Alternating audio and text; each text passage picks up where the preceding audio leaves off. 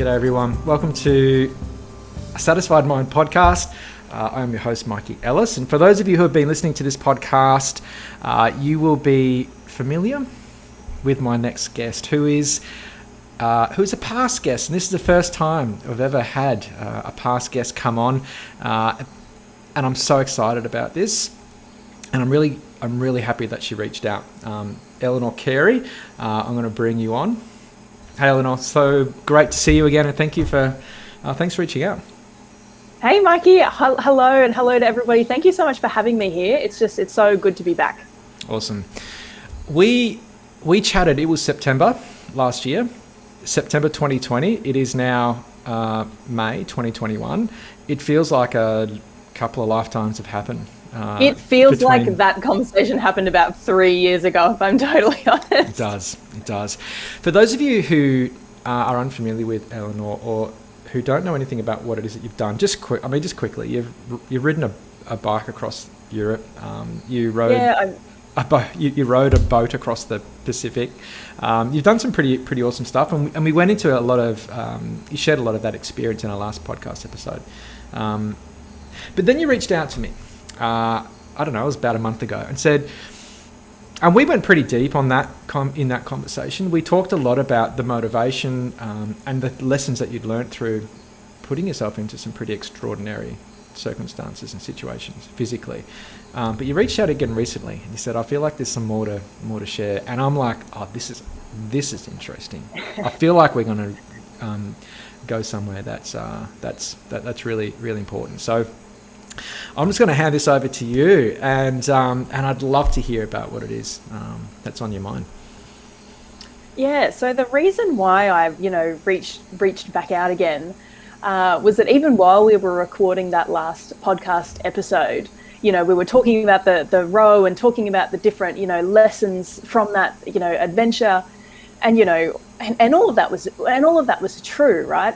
But I knew even at the time when we were recording that episode that there was just a whole other layer to the story that I, for many reasons, I wasn't really ready to talk about it yet, but I almost felt guilty, perhaps, for doing the interview and telling the story, but really only telling about half of what the real truth was behind, I suppose, the motivation to go on that ocean rowing adventure. So yeah, that was really the reason that I reached back out again. And what was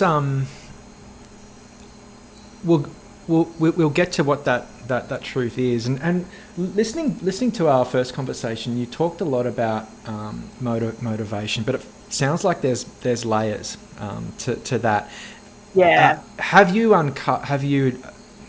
uncovered, or what has been revealed as you've explored these different layers of motivation for what it is that you've done? And you've done some extraordinary physical things when it comes to adventures, and it seems like I'm curious about what drives people to do that, and from our first conversation we spoke about that, but I'm curious as to what it is you've discovered since. Yeah, and it's a question that I often get asked, when I'm doing, speaking and things like that about the rowing adventure. One of the most common questions that I get asked is why? Like, why did you do it? And I think almost every single time, so that big adventure was in 2018, and almost every time that I have given that answer as to why, until very, very recently, it's been, I've thrown out quite throwaway answers perhaps. But the real reason why I went on that adventure, which it's taken me a number of years to realize, and sometimes you can really only put all the pieces together when you look back.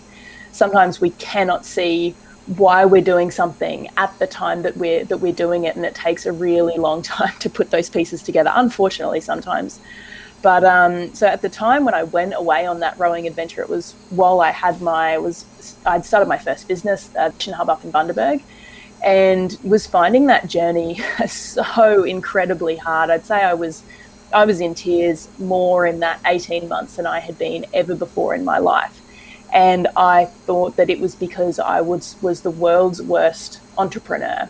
I thought it was because I was the world's worst business owner, and really that I was so lacking in the skills and the knowledge and the understanding, which, don't get me wrong, I was fairly lacking in skills and knowledge. But the reason why I was finding that so emotionally difficult was actually because I had PTSD, and it was not diagnosed at the time, and I didn't understand that, you know, all of these emotions and all of these difficulties that I was putting down to having trouble with running the business, which it was a factor, but it was not anywhere near the amount of the impact on me compared to what it was that the PTSD was actually having on me. And while the rowing adventure was running towards something, in a sense, I did have a deep sense of curiosity to find out if it was possible and could I do it. But at the same time, I was absolutely running away, and I was running away from, I thought I was running away from the business, but I think I was actually running away from the environment which had been triggering me so immensely and triggering these symptoms, which was from an event when I was 18, but it had sort of sat latent for a very long time. And for a number of reasons, which maybe we can talk about later on, they had all started to come back out during the experience of starting that business. So, that's the true thing that was driving me. It was running away from this deep pain. And honestly, the thought of, I knew that there was a possibility that maybe I wouldn't come back. And I don't think at that time I had enough, perhaps appreciation for my life. I didn't necessarily have a death wish. However, I don't think I was also completely opposed to the concept of dying at sea, which is, being totally honest about it for the very first time, perhaps. Wow, thank you so much for sharing that. I wonder, how aware were you, or were you aware that you were running away from something or moving away from something when you were in Bundaberg? You were working on that, setting up that business, and then going, over to California to embark on this epic adventure. Were you aware? Was there an innate feeling that you were avoiding something, or that there was something uncomfortable, or was it just that you just were compelled and you didn't know why? Look, I think it was a little of both, to be honest. I can't remember if I mentioned this last time or not on the podcast, but the experience of coming out as gay. And I remember after I did that, I promised that I would, always listen. Sometimes you have that really quiet, nagging voice inside yourself that knows something, and sometimes we are brave enough to face up to it, and other times, we delay listening to that voice for whatever reason. After that experience, which that took a lot of years as well, actually, I promised myself that I would always listen to that quiet, nagging voice if it ever came back up for something. And I think around that time, it had, that voice was beginning to speak, but it was, on such a deep subconscious level. It took a really long time, I guess, for it to be able to really come to the surface in a way that I could articulate that experience and those feelings. So I think at the time, if you had asked me, I don't know if I really would have been able to. I don't know that I was ready to admit that to myself, perhaps, but I think underneath it all, I did know that was what was happening. That weird balance between the knowing and the not knowing, and the knowing but the not wanting to face it. Yep. Before we continue, I believe some congratulations are in order. You've recently got married. Is that true? Oh, so we recently got engaged. Yeah. Recently got engaged. Getting married at the end of the year. Congratulations. Thank you. Yeah, very exciting. So we had a two-way proposal. I proposed to Kat in January. She proposed back to me a couple of weeks ago on Fitzroy Island. 2 ladies, 2 rings. So, a bit of awesome. Extra fun that we get to have. That's awesome. It looked beautiful. That's wonderful. I'm so happy for you both. Can we just come back to this realizing, or this kind of revealing of something that had been latent, that had been driving a lot of your behaviour that you were unaware of at the time? Was it 2016 that you did the rowing expedition? So it was 2016. We started the business, which was the innovation hub at the generator. So we probably worked on that for about 9 months before we opened, beginning of 2017, and I did the rowing adventure 18 months later. So it was the middle of 2018. 2018. So the business, we'd been working on it for about 2 years. It had been open and operational for 18 months, and then it was in that 18 months that these symptoms, I guess you can call them, that they really kicked off in a big way. But because it coincided with the business, I didn't realize that that's what was happening. Okay, so what was the was there a catalyst, or was there a tipping point, or was there a time when you started to connect those dots, when things started to make some sense? Was it a diagnosis of PTSD, or was there something else? So it was.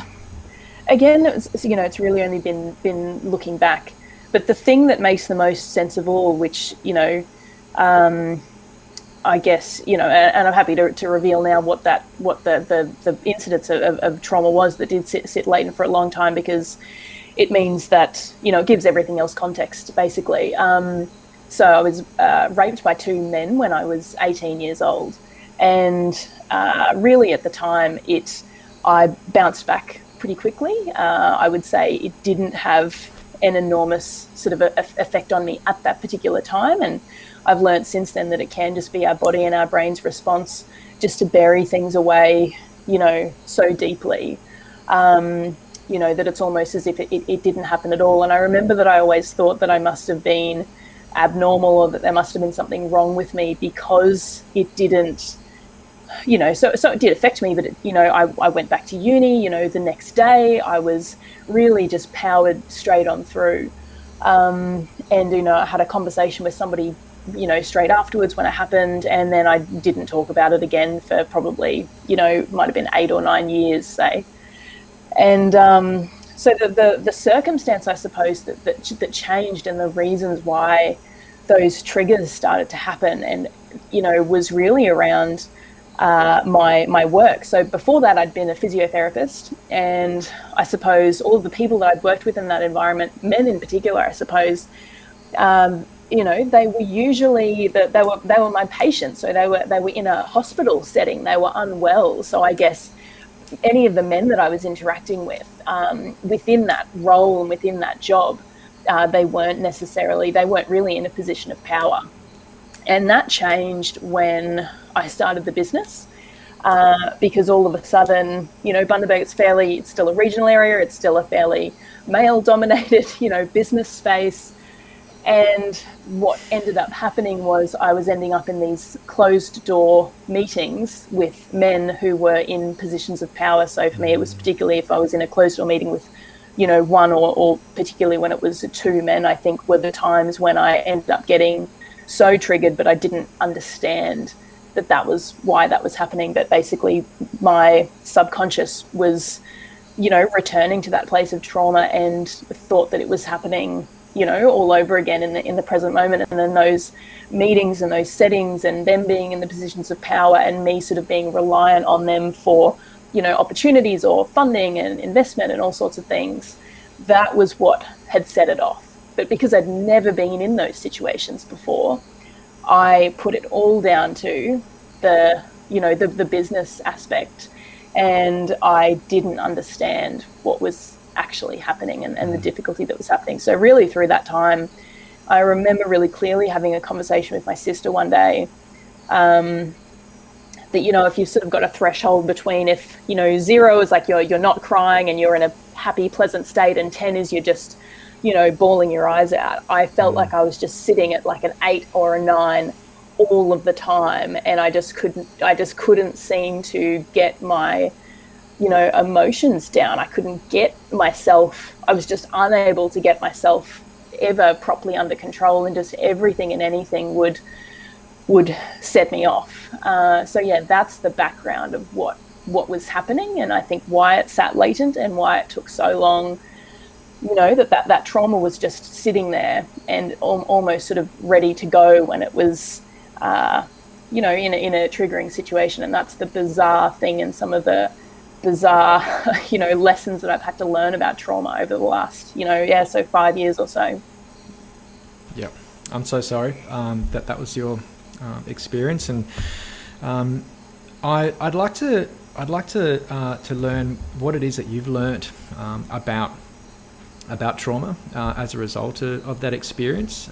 I think, well, clearly there are so many people who have an experience of trauma for whatever reason, and don't initially make the connection between the traumatic experience, the triggers, and the response that their body is having, and that manifests in so many different ways. And yours obviously was debilitating at that time.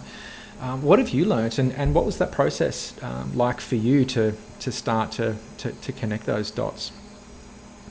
Yeah, so there are so many things. To me, I feel like this is the sort of stuff that we should be teaching kids in school. We should be teaching people in university. It's like, trauma hits all of us really at some point in our lives. It can be losing a loved one. It can be an experience of illness. It can be losing a job. It can be, a divorce or a loss of a partner. It can be so many things.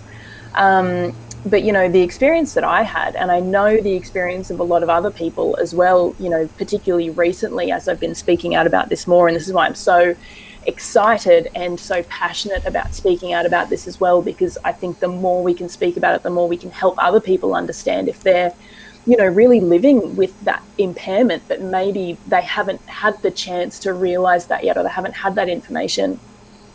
So for me, I really had this belief that what had happened to me wasn't, I guess, quote unquote, bad enough. And, the thing that happened to me, it's literally one of the things that's listed as, some of the core, things that can trigger PTSD and all sorts of things. So let alone, I think now of all of the people who have experienced all of these, various forms of trauma, or particularly if they've experienced something, say, that isn't on the list. Like my thing was on the list, and I still didn't think that it was bad enough, that, I really had this belief that I shouldn't have been, terribly affected by it. There was definitely that latency period. It created this belief for me that, almost that I was like, oh, well, are you just manufacturing this somehow? Like, this makes no sense that it has taken this long. When now, after speaking to, psychologists and the people who actually know about this stuff, right, I now understand that it all makes complete and total sense, how it all happened. So I think that's one of the things that one of the myths we need to dispel for people is that, no matter what has happened to you, it doesn't matter what the event was. If it is a long time after the event and you are still impacted by it and you are still impaired by it, that in and of itself is enough to warrant getting help. It doesn't matter, if you think it's minor, because even if you think it's minor, it's clearly not minor by the way that it has impacted you. And, there's this beautiful graph that I'm going to try and explain on the video, but also explain on the audio, which is if you've got on the vertical axis, your level of functioning, and on the horizontal axis, you've got, the amount of time that, you're tracking along really at a certain level of functioning, at a high level of functioning. And then you have an incidence of trauma, no matter what that is in your level of functioning, it drops right down. After you've had that big drop, there are really, 3 different options of how, you can turn out. And, one of them is that you just pop back up to the exact same level of functioning before, and they really sort of define that as just resilience. And, you're back at that same level. You can be in survival, but with an impairment, and that PTSD, or it could just be symptomatic, it might not be bad enough to have the diagnosis of PTSD, but it can still be significantly affecting you. So whether you have that diagnosis or not. But then the third option, which is the one that really excites me, is post-traumatic growth. So that means not only getting back to your previous level of functioning, it means exceeding it. So post-traumatic growth, it's really about having this positive psychological change in a response to, trauma or adversity that means that you end up with a higher, even better level of functioning than what you had before. And it's both a process and an outcome. So that's really the part of it that, I'm really happy to be able to report, I suppose, that I'm so grateful to be living in that post-traumatic growth space now.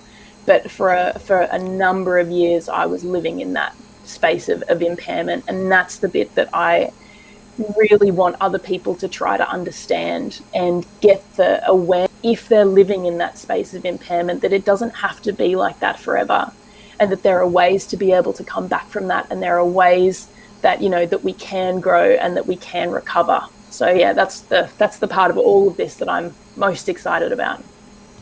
Oh, it's amazing.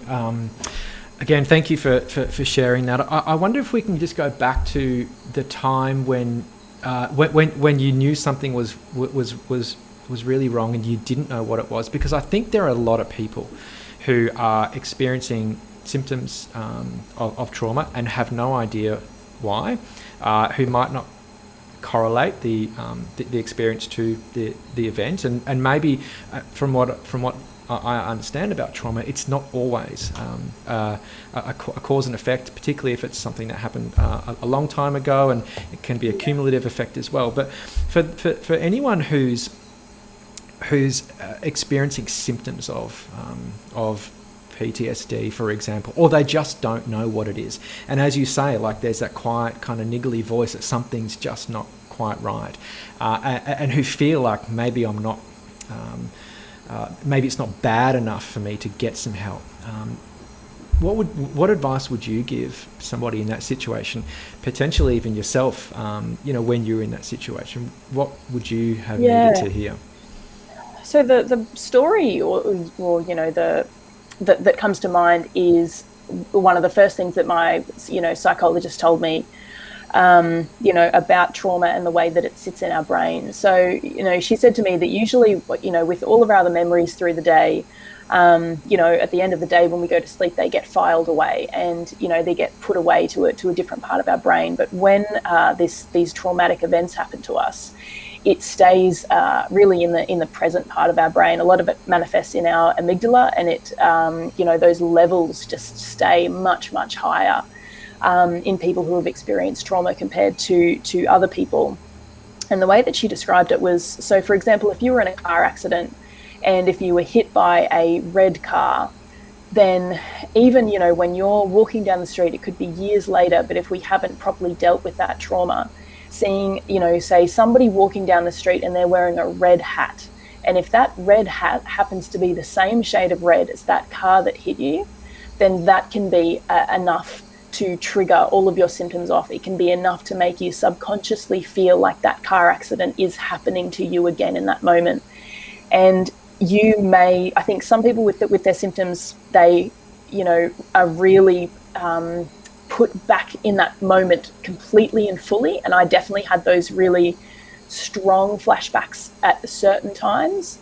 And when I was having the flashbacks, it was very clear that it was obviously related to that event. But there were many other times, which these are the confusing ones, where I was triggered off, and I think in my subconscious. So I mostly had a freeze response. So, you can have fight, flight, or freeze. And depending how you and your body reacted to the trauma at the actual moment that it was happening, then that is the response that continues to come back up again and again. So, for example, if you had that freeze response and then you've seen the person in the red hat, you may just, for whatever reason, become frozen, and you might not fully understand. You may have no idea that it's anything to do with that red hat, and why would you? Because it's such a bizarre thing to be able to put together. So, and then that's the thing, looking back, that it was, for me, it was when there were two men there, and particularly when they were sitting or standing in certain orientations, then those were really the moments when my subconscious would get triggered, and I would be in meetings and I would struggle to form words, I would struggle to form thoughts, and I was really playing a blame game, I think, and I would rack my brains for other reasons why I wasn't able to function in those moments. So look, I think the confusion is actually a sign and a symptom in and of itself. If you are having responses in your body and your brain that don't match up to the physical situation that you're in. And this is the other thing that they have shown in trauma as well, that, when your amygdala is firing and when you're having that fight, flight, or freeze response, it shuts down your frontal cortex. and it shuts down your ability to make decisions, because what happens is your body thinks that it's back in that moment, and you're not actually making decisions based on your true reality that's surrounding you. You're making decisions based on a past trauma. And what an incredibly difficult, world to have to function in. It's no wonder that in a business sense that business really didn't run that well, if I'm totally honest. And it's no wonder that it didn't, because I was not making decisions based on reality. I was making decisions based on a situation and a time that my physical body wasn't actually in, if that makes sense. Yeah, absolutely. And our bodies are incredible at just taking over and shutting down and responding to threat and danger in a way that protects them most. And then, our bodies will kind of hold that, and it will be triggered at a time when we least expect it. And so that the rational correlation between cause and effect, particularly when it's so much further down the track, is, it is confusing. So Totally. What worked? I mean, what obviously you had therapy, you are having therapy, perhaps you tried a few different sort of modalities of therapy. I'm wondering what you've tried and what's worked for you, or what's helped you at least. Such a good question. So you're right. I tried a few different things along the way, and then it was sort of this two people in the space of 1 week mentioned this specific style of therapy. So EMDR therapy, which is eye movement desensitizing and reprocessing therapy. But even if if anyone wants to search for it, just put in EMDR and you'll find all the good resources. So I found a really well-trained therapist in this particular style of therapy, and it's specific for trauma. So basically, they will get you to go back to identify just, disturbing memories, traumatic memories. And usually there is a belief about ourselves that we have associated from that memory. So for me, it was very much that I was, that I was worthless, that, nothing good would ever happen again. It was this really, all-encompassing sense of worthlessness, really, that had hung around for a long time, that had come from that incident. And so what they do, it's bizarre and it's fascinating, but they take you back to that specific moment. You do this combination of eye movements and like hand tapping, that it sort of mimics your REM sleep, which in your REM sleep, it helps to, file memories into those other parts of your brain. And even through the course of one session, they were able to desensitize some of these traumatic memories, and then not only desensitize them, but instead of having, so for me, when I go back to the very worst part of the memory, I would never have, previously been able to go back there. Or if I did go back there, I would be just reduced to tears immediately. And now not only can I go back there and access that memory, even while I'm sitting here, talking with you, but instead of getting worthlessness and fear and pain, instead now I have strength, because I came through that experience, and to be able to go through something like that and survive, and it is an incredible thing. And so what they do is they take the trauma and they take the pain, they remove the pain out of it effectively, and they turn it into a message of positivity and strength. So it doesn't mean that it didn't happen. You don't forget about it, but it's just changing your body's like physiological response to the memory. And if you had told me a few years ago that I would be able to think of that moment, happening, and to get anything remotely positive from it, I never, ever, ever would have believed you. Like, it is just remarkable what this therapy is able to, achieve. And honestly, the life and the belief and the happiness that it has given to me, and just the ability to get back to that higher level of functioning, it is entirely down to that style of therapy. Not that I can advocate for what will work for anybody else, but if you've been through something, talk about it with your GP, talk about it with your psychologist, and see if maybe it could be something that might help you too. Wow, it sounds fascinating. Had you tried any other modalities or any other techniques to support you with the PTSD? So, like some bits and pieces of talk therapy and things like that, but really I found that more painful than helpful. Yeah, and look, in the end, so I used to be a health practitioner. I used to be a physiotherapist. I know better than anybody that there are great health practitioners and there are really terrible ones. So this is the thing as well. Even if you might have found the right modality, but it still might be the wrong therapist. You might have the wrong therapist and the wrong modality. So, what I would say as well is if you've seen a psychologist before and if you didn't like them or you didn't click with them or you didn't feel like it was doing anything, those feelings are correct. And ditch them and go and see somebody else. And, I've had friends that have had to go through, unfortunately, 3, 4, 5 psychologists before they've found the one. But my God, when you find the one, it is such a helpful person to have in your pit crew. And I'm so thankful to have my psychologist there, that I know that, when I need to just have that person that you can pick up the phone to and book in with an appointment. Oh, it's an absolute game changer. So the time is worth it to go and find the people, but not all health practitioners and not all modalities are built the same. That is for sure. The same goes for GPs. Find a good GP, and if you need to go through a few, but that is a game changer in terms of finding somebody who can really support you with what you need.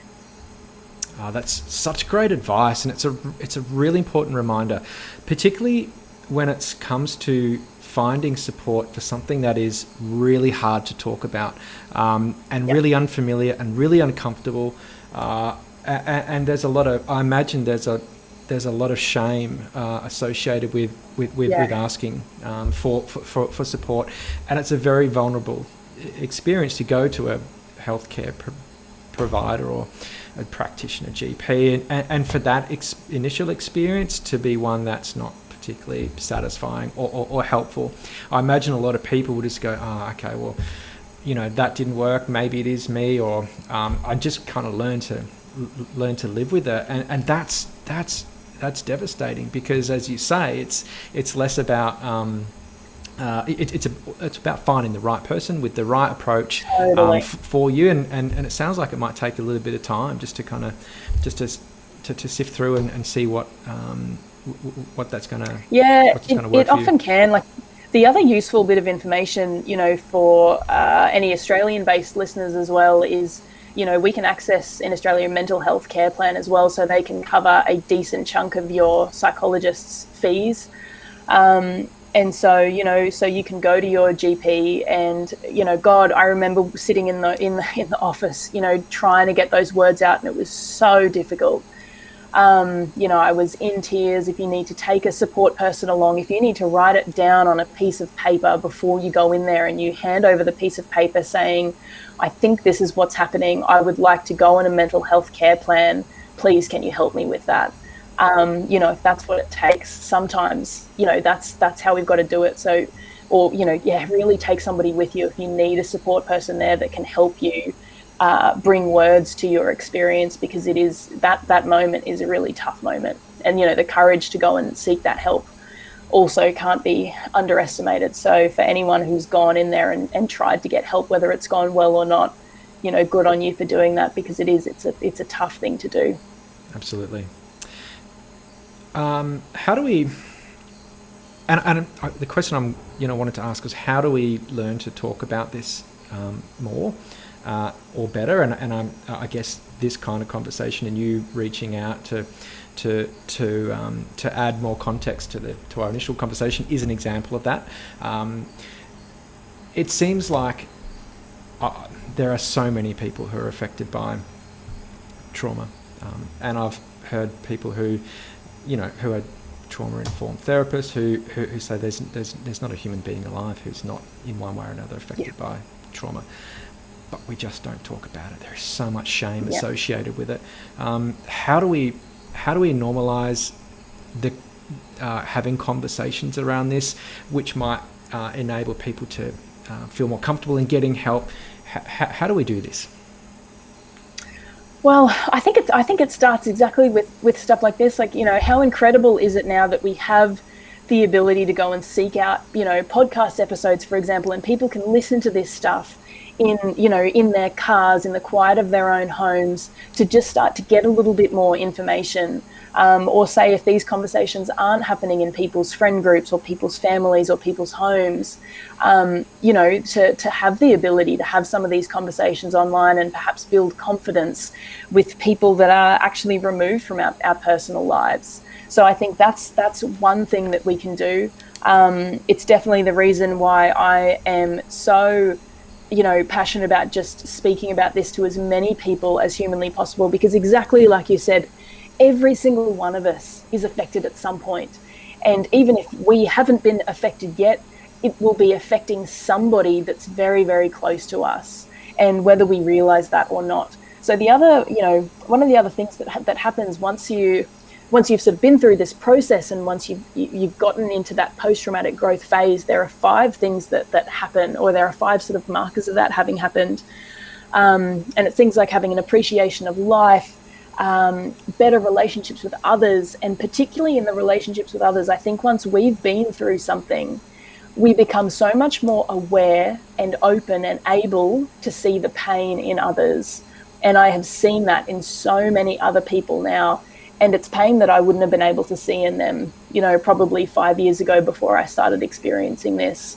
And, you can almost have a conversation without needing too many words, or the number of people that I've shared, EMDR resources with, that they've barely been able to get the words out that they need help.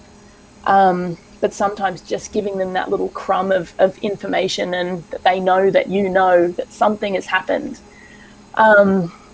We can just try and be there for each other a little more.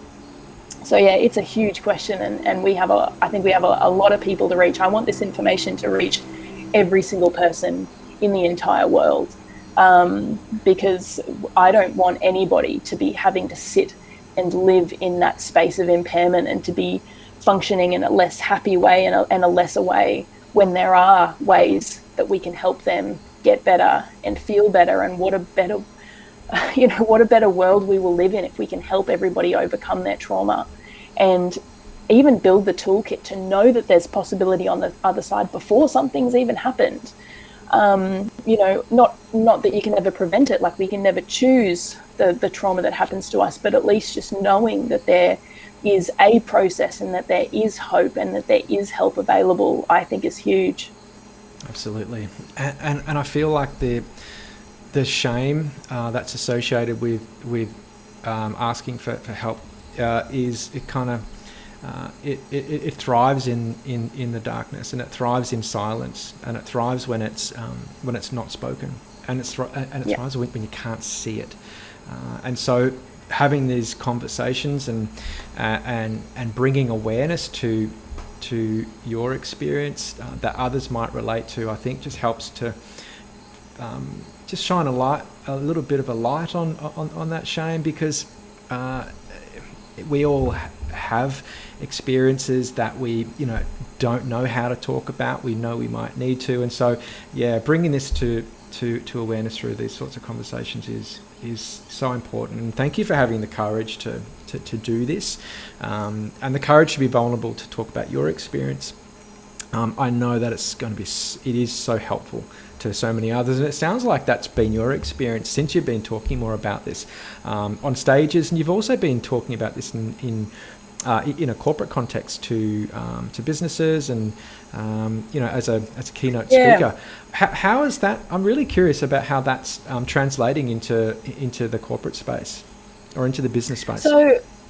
I've only done one public talk about it so far, and it was a couple of weeks ago. I have more scheduled, so I'll have to report back to you about that. But it's really taken this long to be ready for me to get up and be able to speak about it.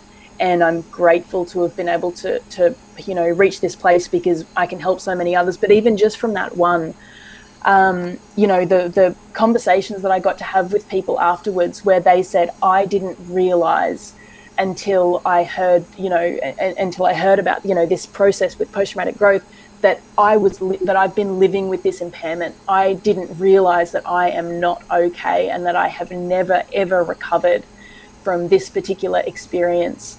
And I think it's the reassurance and hope to know that there is a way forward. So that's really the goal for me with this talk. If there are people sitting in that space of impairment and they don't know it, I want them to realize it, because only once we realize can we start to get help. So that's the goal. That's what's happened with that first one. And I tell you what, it has lit an absolute fire underneath me, to realize the way that this can help people. To be honest, that I've had, bits and pieces of maybe the sparks of this in with other work that I've done, but this is by far the most meaningful piece of work that I have delivered yet, and I cannot wait to continue delivering it for people, because I just so want for people to, get back to that, get back to living again and to be better, basically. So I'll let you know how those other ones go, and I'm excited, and I'm grateful, and for all of, just like you said before, for all the other people that have spoken out as well, because I wouldn't be able to do this without all of them who have gone before. So to be able to, stand on their shoulders as well, it just continues to be a knock-on and a knock-on and a knock-on effect, and everybody's voice is so valuable in this space. Absolutely. And it's so inspiring to hear you talk about this, the content and what it is that you've experienced through the work that you've done, provides you with such an incredible platform of experience through which to communicate and help others. But it feels like you've really kind of, as you say, there's this fire being lit, and I'm really excited that you're so inspired about doing something that is so important that it just isn't happening enough. Yeah. And I think getting help in the first place is essential. Having the courage to go through with the therapy, or to go through through whatever it is you need to go through to get to where you are now, which is on the other side of that trauma, whereby you have a different perspective of it, and you can translate some of that in some of the experience into meaningful work to give people some hope. I think that's really powerful, to see that there is light at the end of the tunnel, and not to say that that's why you would necessarily go through something. I think there's a lot of growth that just happens through learning about your responses to an experience, and the truth is you have to go through it in order to come out the other side. But I think that message of hope and meaning that comes from the experience that you've had is a really important thing to share as well. So can you tell us a little bit more about post-traumatic growth and what that process is like for you now? Yeah, so it takes a little while. I'm sure for everybody the process is quite different. The other thing that I would say as well is talking about seeing the light at the end of the tunnel, and when you're in the tunnel as well. So look, if there's anybody listening that you feel like you're down in that dark pit of despair at the moment, somebody saying to you that, hey, there is hope and there is light, you may want to tell them to F right off, to be totally honest. Because I know, and I remember when I was down there, that I wasn't capable really of believing that it was possible to get better. So that's worth acknowledging as well, that, while I'm here sort of spouting this message of hope and positivity and having, come through something, I still remember what it was like in those dark times. And there was no belief, there was no hope, there was no nothing in that space. So sometimes we actually need other people around us to be able to hold the belief for us when we aren't able to do that. And I think other people can also play a role sometimes in helping us identify that we do need help. And it was actually, it was a really, so I think in terms of how do you get to post-traumatic growth, the very first step is just identifying that impairment in the first place. And, a really good friend of mine, she said to me years ago, it would have been, 4 or 5 years ago, and she said to me, what what happened to you? And just kept sort of saying over and over, what happened to you? Because she's like, the person that I'm seeing here, it's not matching who you know, should be. And I remember being so bewildered by this question. But sometimes other people can see things that we can't see yet. Because, you know, when you're in it and it's too close to you, it's just not possible. So listening to some of those cues from other people can be really valuable, or listening to those people around us.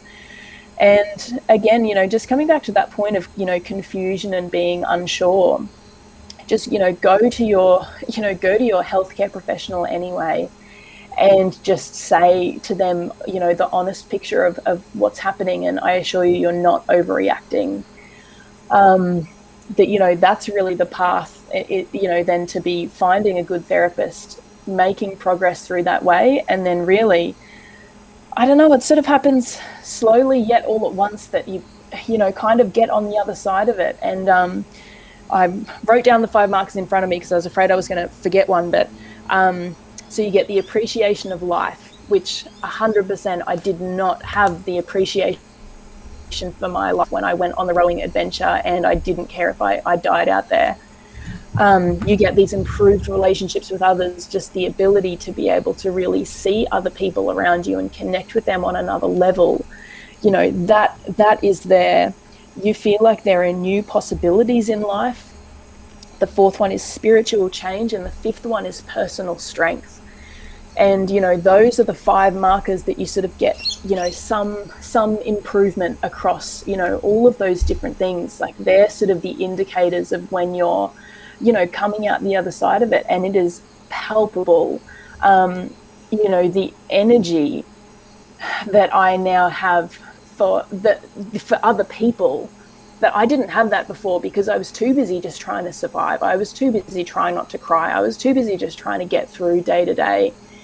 And now I have filled my cup back up enough through all of these different things that I can actually lift my eyes up and I can see what's really happening.